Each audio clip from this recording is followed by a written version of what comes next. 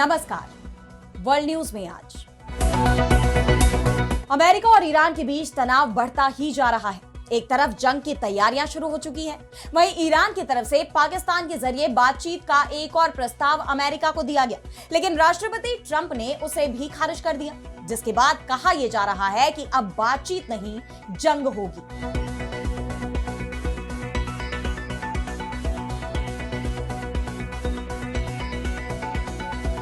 वैसे अमेरिकी राष्ट्रपति डोनाल्ड ट्रंप ने संसद में यह कहा है कि ईरान जंग खत्म हो चुकी है, लेकिन जिस तरह खाड़ी देशों में हथियार पहुंचाए जा रहे हैं, उसे देख उनकी मंशा पर सवाल खड़े हो गए हैं। उधर ईरान के सुप्रीम लीडर मुस्तफा खामेनेई ने भी अपने देश के लोगों के नाम जारी संदेश में कहा कि ईरान ने सैन्य टकराव में दुनिया को अपनी खास ताकत दिखाई है।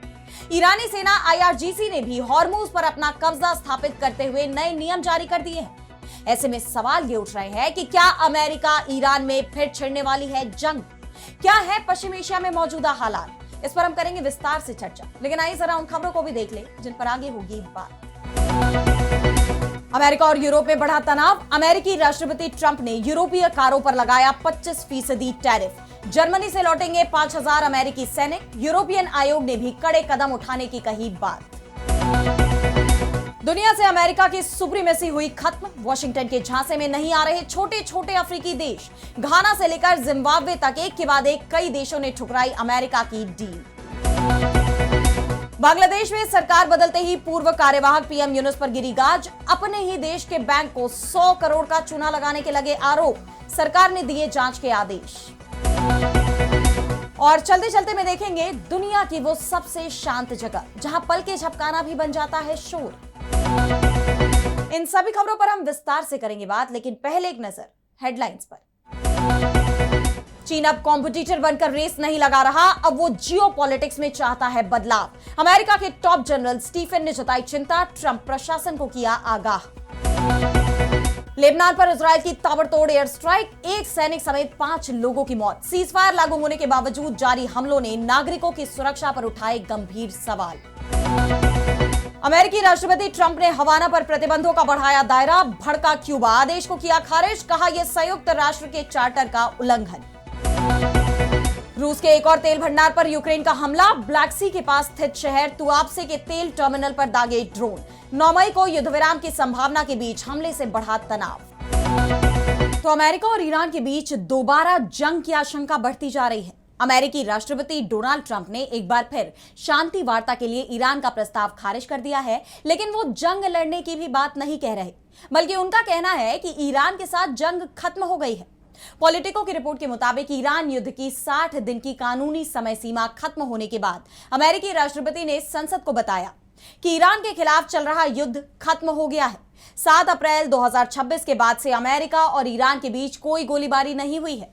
28 फरवरी 2026 को शुरू हुई शत्रुता अब खत्म हो चुकी है। वैसे तो ट्रंप का यह कदम ईरान युद्ध को जारी रखने के लिए कांग्रेस की मंजूरी की जरूरत के विवाद को शांत करने की कोशिश माना जा रहा है। दरअसल अमेरिका में 1973 में पारित वॉर पावर्स रिजोल्यूशन के तहत राष्ट्रपति को सैन्य कार्रवाई की सूचना कांग्रेस को देने के बाद 60 दिनों के अंदर उसे खत्म करना होता है, जब तक कि कांग्रेस आगे की कार्रवाई को मंजूरी न दे। और मौजूदा हालात में ट्रंप को यह मंजूरी मुश्किल नजर आ रही है, क्योंकि 40 दिन तक जो जंग चली उसमें अमेरिका को ही बड़े पैमाने पर नुकसान उठाना पड़ा। अमेरिकी मीडिया CNN की जांच में पाया गया कि ईरानी मिसाइलों और ड्रोन ने मध्य पूर्व में मौजूद अमेरिका के 16 सैन्य ठिकानों को गंभीर नुकसान पहुंचाया है। कई ठिकाने अभी भी इस्तेमाल करने लायक नहीं हैं। जिन अमेरिकी ठिकानों पर हमले हुए उनमें कुवैत, बहरीन, संयुक्त अरब अमीरात, सऊदी अरब, जॉर्डन और इराक के ठिकाने शामिल थे।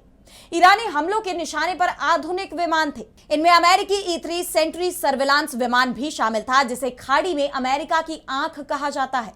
हमलों में महत्वपूर्ण संचार उपकरण, रडार सिस्टम भी तबाह हो गए। CNN की रिपोर्ट में ईरानी हमलों की सटीकता की वजह चीनी सैटेलाइट से मिलने वाले खुफिया इनपुट्स को बताया गया है, लेकिन इससे यह साफ हो जाता है कि इस जंग में अमेरिका पर ईरान भारी पड़ गया। ऐसे में अमेरिका के लिए दोबारा जंग शुरू करना भी आसान नहीं दिखाई दे रहा। हालांकि ईरान को लेकर ट्रंप का कहना यह भी है कि वे समझौता करना चाहते हैं, लेकिन मैं उससे संतुष्ट नहीं हूं, इसलिए देखना होगा कि आगे क्या होता है। लेकिन मैं ईरान को किसी भी हालत में परमाणु हथियार हासिल नहीं करने दूंगा, क्योंकि यह पूरी दुनिया की सुरक्षा के लिए एक बड़ा खतरा है। इसी वजह से अमेरिका को ईरान के खिलाफ जंग में उतरना पड़ा। अगर हम ऐसा नहीं करते तो उनके पास परमाणु हथियार होता और इजराइल, मिडिल ईस्ट और यूरोप तबाह हो जाते। हम ऐसे पागलों के हाथ में परमाणु हथियार नहीं जाने दे सकते। उनका यह बयान ईरान के नए प्रस्ताव पर आया है। आप जानते हैं कि पहले ईरान की तरफ से 10 सूत्रीय शांति प्रस्ताव दिया गया, लेकिन उस पर सहमति नहीं बन पाई, जिसके बाद ईरान ने 3 शर्तों का प्रस्ताव भी पाकिस्तान की मध्यस्थता में अमेरिका को भेजा। लेकिन ट्रंप ईरान के परमाणु कार्यक्रम पर कोई नरमी बरतने के लिए तैयार नहीं हुए, जिसके बाद अब एक बार फिर ईरान की तरफ से एक नया प्रस्ताव पेश किया गया। लेकिन इस बार भी ईरान की शर्तों को मानने के लिए अमेरिकी राष्ट्रपति तैयार नहीं है, बल्कि अमेरिका अब खाड़ी देशों में एक बार फिर हथियार जुटा रहा है।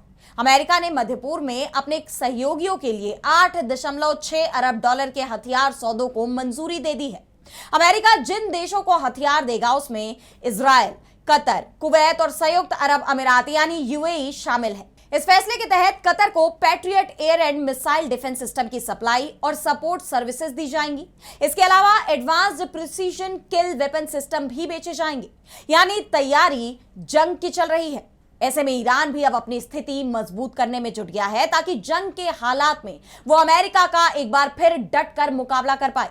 इसके लिए उसने हॉर्मुज स्ट्रेट पर अपनी पकड़ और मजबूत की है। इस्लामिक रिवॉल्यूशनरी गार्ड कोर यानी आईआरजीसी की नौसेना कमान ने हॉर्मुज स्ट्रेट को लेकर नए नियमों की घोषणा की है, जिसके तहत वो अरब की खाड़ी और रणनीतिक रूप से अहम हॉर्मुज जलदमरू मध्य के साथ फैली ईरान की लगभग 2000 किलोमीटर लंबी तटरेखा पर नियंत्रण रखेगी। वहीं ईरान के सुप्रीम लीडर मुज्तबा खामेनेई ने भी एक लिखित बयान के जरिए आवाम को संबोधित किया। उन्होंने कहा कि ईरान ने सैन्य टकराव में दुनिया को अपनी खास ताकत दिखाई। अब उसे आर्थिक और सांस्कृतिक मोर्चे पर भी दुश्मनों को हराना होगा। मौजूदा हालात में पश्चिम एशिया बहुत ही सेंसिटिव जोन बन गया है। ऐसे में यहां पूरी दुनिया की नजर बनी हुई है। और अब बढ़ते हैं अगली खबर की तरफ, जहां हम बात करेंगे अमेरिका और यूरोप में बढ़ती दरार की। तो अमेरिकी राष्ट्रपति डोनाल्ड ट्रंप यूरोपीय देशों से खासे नाराज है। उनकी तरफ से बार बार अपनी नाराजगी जाहिर भी की गई और अब वो एक्शन के मोड में आ गए हैं। ट्रंप ने यूरोपियन यूनियन के खिलाफ बड़ा एक्शन लेते हुए 25% टैरिफ की घोषणा कर दी है। यह टैरिफ लगा है यूरोप से आयात होने वाले वाहनों पर। हालांकि अमेरिकी प्लांट में असेंबल किए गए वाहनों पर यह बढ़ी हुई ड्यूटी लागू नहीं होगी। डोनाल्ड ट्रंप ने यूरोपियन यूनियन पर व्यापार समझौते का पालन नहीं करने का आरोप लगाते हुए कहा कि मुझे यह ऐलान करते हुए खुशी हो रही है कि अगले हफ्ते मैं अमेरिका में आने वाली कारों और ट्रकों पर यूरोपीय संघ से लिए जाने वाले टैरिफ को बढ़ा दूंगा। टैरिफ बढ़ाकर 25% कर दिया जाएगा, क्योंकि यूरोपीय संघ हमारी पूरी तरह से सहमत व्यापार समझौते का पालन नहीं कर रहा है। यह अमेरिका के लिए अरबों डॉलर लाएगा और कंपनियों को अपने उत्पादन को तेजी से अमेरिका में ट्रांसफर करने के लिए मजबूर करेगा। दरअसल यूरोपियन यूनियन और अमेरिका के बीच पिछले साल हुए व्यापार समझौते के तहत यूरोपीय संघ ने अमेरिकी औद्योगिक उत्पादों पर टैरिफ निलंबित करने और कृषि खाद्य उत्पादों के लिए टैरिफ रेट कोटा लागू करने पर सहमति जताई थी। और इसके बदले में अमेरिका ने अधिकांश यूरोपीय उत्पादों पर 15% आयात शुल्क लागू करने का वादा किया था। लेकिन अब जिस तरह ट्रंप ने 25% टैरिफ लगाने का ऐलान किया है, उसके बाद यूरोप भी भड़क गया और ईरान जंग के दौरान दोनों पक्षों में शुरू हुआ टकराव अब और ज्यादा बढ़ गया है। ट्रंप के इस फैसले पर यूरोपियन यूनियन ने कहा कि अगर अमेरिका साझा व्यापार समझौते के खिलाफ जाकर कदम उठाता है तो वो अपने हितों की रक्षा के लिए सभी विकल्प खुले रखेगा। उसका कहना है कि हम पिछले साल हुए समझौते के तहत अपनी प्रतिबद्धताओं को सामान्य विधायी प्रक्रिया के मुताबिक लागू कर रहे हैं। इस दौरान अमेरिकी प्रशासन को लगातार जानकारी भी दी जा रही है, बल्कि बेल्जियम तो वॉशिंगटन से समझौते के तहत उसकी प्रतिबद्धताओं को लेकर स्पष्टता की मांग कर रहा है। यूरोपीय आयोग ने कहा कि हम एक स्थिर और परस्पर लाभकारी ट्रांस अटलांटिक संबंध के प्रति पूरी तरह प्रतिबद्ध हैं, लेकिन अगर अमेरिका संयुक्त बयान के अनुरूप नहीं चलता तो हम अपने हितों की रक्षा के लिए सभी विकल्प खुले रखेंगे। अब टैरिफ बढ़ोतरी के इस फैसले को अमेरिका और यूरोपीय संघ के बीच व्यापार तनाव में नई बढ़ोतरी के रूप में तो देखा जा ही रहा है, लेकिन इस बीच अमेरिकी रक्षा विभाग पेंटागन ने जो ऐलान किया है, उसके बाद इस बात की आशंका और बढ़ गई है कि अब अमेरिका और यूरोप के रास्ते अलग होने वाले हैं। दोनों पक्षों के बीच जो सैन्य गठबंधन बना हुआ है नेटो, वो पूरी तरह से बिखरने वाला है, क्योंकि पेंटागन ने ऐलान कर दिया है कि अमेरिका जर्मनी से अपने 5,000 सैनिकों को वापस बुलाएगा। सैनिकों की वापसी की प्रक्रिया अगले 6 से 12 महीनों में पूरी होने की उम्मीद है। जर्मनी में अभी करीब 36,000 अमेरिकी सैनिक तैनात हैं। इनमें से लगभग 14% सैनिक अब हटाए जाएंगे। अमेरिका का यह फैसला जर्मन चांसलर फ्रेडरिक मर्ज के उस बयान के बाद आया है जिसमें उन्होंने कहा था कि ईरान ने अमेरिका के साथ जंग में उसे अपमानित कर दिया है, जिसके बाद से ट्रंप आग बबूला नजर आ रहे हैं। और अब जब उन्होंने अपने यूरोपीय सहयोगियों के खिलाफ एक्शन ले लिया है तो ये यूरोप के लिए बड़ा झटका माना जा रहा है, क्योंकि अब तक वो अमेरिका की सुरक्षा छतरी पर निर्भर रहा है। लेकिन बीते कुछ वक्त में जिस तरह ट्रंप ने नेटो को लेकर कड़ा रवैया अपनाया हुआ है, ऐसे में यूरोप भी पहले से ही अपनी सुरक्षा को मजबूत बनाने में जुट गया है। यानी यूरोप भी अमेरिका से अलग होने की तैयारी में था।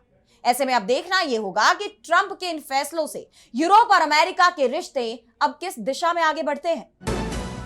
और अब अगली खबर में बात करेंगे अफ्रीकी देशों से अमेरिका को लगे झटके की। तो अमेरिकी राष्ट्रपति डोनाल्ड ट्रंप की इस वक्त वैश्विक मंच पर काफी किरकिरी हो रही है। इसकी प्रमुख वजह है ईरान जंग में अमेरिका को मिली हार, क्योंकि 1-2 दिन में जंग खत्म करने का दावा करने वाले ट्रंप 2 महीने बाद भी ईरान के साथ युद्ध बंदी पर डील नहीं कर पा रहे। और इस पूरी जंग के दौरान जिस तरह ईरान अमेरिका के सामने डटा रहा, उसने पूरी दुनिया के सामने मिसाल कायम कर दी है। और अब अफ्रीका के छोटे छोटे देश भी अमेरिका को आंख दिखा रहे हैं। जी हां, इस बार ट्रंप प्रशासन को 2 अफ्रीकी देशों से करारा जवाब मिला है। घाना और जिम्बाब्वे ने एक के बाद एक अमेरिकी डील को ठुकरा दिया, जिससे अमेरिका की सुप्रीमेसी को करारी चोट लगी है। दरअसल अमेरिका ने घाना को फंडिंग देने के बदले उससे संवेदनशील हेल्थ डेटा देने की डिमांड की, लेकिन घाना ने अपने देश के नागरिकों के संवेदनशील हेल्थ डेटा को देने से इनकार कर दिया। इस प्रपोज्ड हेल्थ डील को घाना ने उन प्रोविजन पर रिजेक्ट किया जिनसे अमेरिकी एंटिटीज को बिना जरूरी सेफ्टी मेजरमेंट के देश के सेंसिटिव हेल्थ डेटा तक एक्सेस मिल जाता। गौरतलब है कि अमेरिका ने ग्लोबल हेल्थ फंडिंग के लिए ट्रंप एडमिनिस्ट्रेशन के अमेरिका फर्स्ट अप्रोच के तहत लगभग 2 दर्जन अफ्रीकी देशों के साथ ऐसी हेल्थ डील की है। लेकिन अब अमेरिका की रणनीतियों से पूरी दुनिया वाकिफ है। अब यह जग जाहिर हो गया है कि अमेरिका की विदेश नीति खुले तौर पर सिर्फ और सिर्फ अपने फायदे के लिए काम करती दिख रही है। यही वजह है कि घाना के साथ ही जिम्बाब्वे ने भी अमेरिका की डील ठुकरा दी। जिम्बाब्वे के अधिकारियों ने कहा कि उन्होंने हेल्थ डेटा फेयरनेस और सॉवरेनिटी से जुड़े मुद्दों पर प्रस्तावित डील को रिजेक्ट कर दिया है। वहीं एक और देश जाम्बिया के बारे में भी खबर है कि उसने डील के एक हिस्से पर रोक लगा दी है। हालांकि वहां कोई फैसला नहीं हुआ, लेकिन इस पूरे घटनाक्रम से यह साफ हो गया है कि अफ्रीकी देश अब अमेरिका के झांसे में नहीं आ रहे और उन्होंने देश के नागरिकों के डेटा की संवेदनशीलता को प्राथमिकता दी है, जो न सिर्फ अमेरिका की विदेश नीति के लिए एक बड़ा झटका है, बल्कि उसकी वैश्विक छवि के लिए भी बड़े नुकसान के तौर पर देखा जा रहा है। अब देखना यह होगा कि अफ्रीकी देशों के इस रुख पर अमेरिकी राष्ट्रपति डोनाल्ड ट्रंप क्या प्रतिक्रिया देते हैं। और अब अगली खबर में बात करेंगे बांग्लादेश की। तो बांग्लादेश में सत्ता परिवर्तन के बाद से हालात बदलते दिखाई दे रहे हैं। बांग्लादेश के कार्यवाहक पीएम रहे मोहम्मद यूनुस कल तक देश की कमान संभाल रहे थे। सभी बड़े फैसले वो ले रहे थे, लेकिन अब वो खुद बुरी तरह फंस गए हैं। देश में हुए सत्ता परिवर्तन के बाद उनकी मुश्किलें बढ़ती दिखाई दे रही हैं। मोहम्मद यूनुस पर आरोप है कि उन्होंने अपने ही देश के बैंक को करोड़ों का चूना लगा दिया। कहा जा रहा है कि उन्होंने 100 करोड़ टका का गलत इस्तेमाल किया है। तारिक रहमान के नेतृत्व वाली बांग्लादेश की सरकार ने इसकी जांच भी शुरू कर दी है। जैसा कि आप जानते हैं कि मोहम्मद यूनुस अगस्त 2024 से लेकर फरवरी 2026 तक बांग्लादेश के कार्यकारी प्रमुख थे। उन्हें शेख हसीना के तख्ता पलट के बाद बांग्लादेश की अंतरिम सरकार का प्रमुख बनाया गया था। लेकिन अब कुछ बैंकों ने आरोप लगाया है कि बांग्लादेश में इस चुनाव के दौरान हुए जनमत संग्रह में उनके पैसों का इस्तेमाल किया गया। ये पैसे यूनुस सरकार के दबाव में दिए गए थे। सरकार ने गैर कानूनी तरीके से बैंकों पर यह दबाव डाला था। बता दें कि जनमत संग्रह कराने का मकसद बांग्लादेश के संविधान को मजबूत करना था। यूनुस खुद इस अभियान को लीड कर रहे थे। टाइम्स ऑफ बांग्लादेश ने बैंकों के हवाले से एक रिपोर्ट जारी की है, जिसके मुताबिक जनमत संग्रह के प्रचार के लिए यूनुस सरकार ने बैंकों के CSR फंड से 100 करोड़ टका ले लिए और इन पैसों का इस्तेमाल यूनुस सरकार को खुश करने के लिए किया गया। दरअसल यूनुस सरकार चाहती थी कि पूरे बांग्लादेश में जनमत संग्रह के पक्ष में वोट देने के लिए लोगों से अपील की जाए। इसके लिए कई NGO से मदद भी ली गई। बैंकों का कहना है कि सरकार ने दबाव बनाकर हमसे NGO को पैसा दिलवाया। यूनुस सरकार ने 3 संगठनों को पैसे देने के लिए कहा जो संदिग्ध थे, जिनमें से एक संगठन फाउंडेशन डिबेट फॉर डेमोक्रेसी के पास तो जरूरी दस्तावेज भी नहीं थे, जिससे सरकारी नियमों का उल्लंघन हुआ और इसी के चलते बैंकों की हालत खराब हो गई है। रिपोर्ट के मुताबिक यूनुस सरकार ने जनमत संग्रह के प्रचार के लिए 142 करोड़ टका खर्च किए थे। जनमत संग्रह के प्रचार के लिए 6 मंत्रालयों को काम पर लगाया गया था। दरअसल यूनुस ने जनमत संग्रह को अपनी छवि चमकाने और अपनी सरकार और उसके फैसलों को संवैधानिक मुहर लगवाने के लिए करवाया था, ताकि देश में जो भी सरकार बने उनके खिलाफ एक्शन न ले सके। लेकिन देश के पीएम तारिक रहमान ने जनमत संग्रह के नतीजों को ही मानने से इनकार कर दिया और अब जनमत संग्रह की जो तस्वीरें सामने आई है उससे यूनुस खुद बुरी तरह घिरते दिखाई दे रहे हैं। मोहम्मद यूनुस जिस तरह अपने विरोधियों को फंसाने के लिए साजिशें रच रहे थे, अब वो खुद उन्हीं साजिशों का शिकार होते नजर आ रहे हैं, जिससे साफ है कि अब उनके बुरे दिन शुरू हो चुके हैं। और अब चलते चलते में बात करेंगे दुनिया के सबसे खामोश कमरे की। तो दिन भर शोर शराबे के बीच रहने के बाद सुकून और शांति की तलाश तो हम सभी को होती है, लेकिन जरा सोचिए क्या हो अगर शांति इतनी ज्यादा हो जाए कि आपको अपने ही शरीर के अंदर बहते खून की या अपने दिल की धड़कनों की आवाज तक सुनाई देने लगे। जी हां, अमेरिका के मिनेसोटा राज्य में ऑरफील्ड लेबोरेटरीज नाम की एक ऐसी ही जगह है। यहां मौजूद एक खास कमरे को दुनिया की सबसे शांत जगह माना जाता है। इस कमरे को ऐसा बनाया गया है कि यह आवाज को 99.99% तक सोख लेता है। असल में ये एक कमरे के अंदर बना दूसरा कमरा है जो कंक्रीट और स्टील की मोटी परतों से पूरी तरह घिरा हुआ है। जमीन का कोई भी कंपन अंदर ना आए इसके लिए इसे स्प्रिंग पर टिकाया गया है। यहां सन्नाटे का स्तर -24.9 डेसिबल तक मापा जा चुका है। इस कमरे में जाने पर एक बहुत ही अजीब और बहुत ही डरावना अनुभव होता है। बाहर का कोई भी शोर ना होने की वजह से इंसान को अपनी ही धड़कन, अपनी ही सांसों का आना जाना, पेट की हलचल और यहां तक कि पलकें झपकने तक की आवाज भी साफ सुनाई देने लगती है। और हैरानी की बात यह है कि लोगों को इस कमरे में 1 घंटा रहने का चैलेंज भी दिया गया, लेकिन कोई भी इंसान इस कमरे में 30 से 40 मिनट से ज्यादा नहीं रुक पाता। एकदम सन्नाटा होने से दिमाग कंफ्यूज हो जाता है, इंसान को चक्कर आने लगते हैं और वो ठीक से खड़ा भी नहीं रह पाता। ऐसा इसलिए होता है क्योंकि हमारे शरीर को अपना संतुलन बनाए रखने के लिए आसपास की थोड़ी बहुत आवाज की आदत होती है। लेकिन सवाल यह है कि आखिर यह कमरा बनाया क्यों गया? तो इसके पीछे भी अहम वजह है। बताया जाता है कि बड़ी कंपनियां अपने स्मार्टफोन, मोटरसाइकिल और कान की मशीनों की बारीक आवाज चेक करने के लिए इसका इस्तेमाल करती हैं। अंतरिक्ष में भी एकदम ऐसा ही गहरा सन्नाटा होता है, इसलिए अंतरिक्ष यात्रियों को उस शांति की आदत डालने के लिए इस कमरे में भेजकर तैयार किया जाता है, यानी ट्रेनिंग दी जाती है। यह जगह साबित करती है कि कभी कभी सन्नाटा शोर से भी ज्यादा भारी हो सकता है। तो कैसी लगे आपको रिपोर्ट, हमें कमेंट सेक्शन में बताइए। लेकिन आज वर्ल्ड न्यूज में इतना ही। देश दुनिया की तमाम बड़ी खबरों के लिए आप देखते रहिए डीवी लाइव और मुझे दीजिए इजाजत। नमस्कार।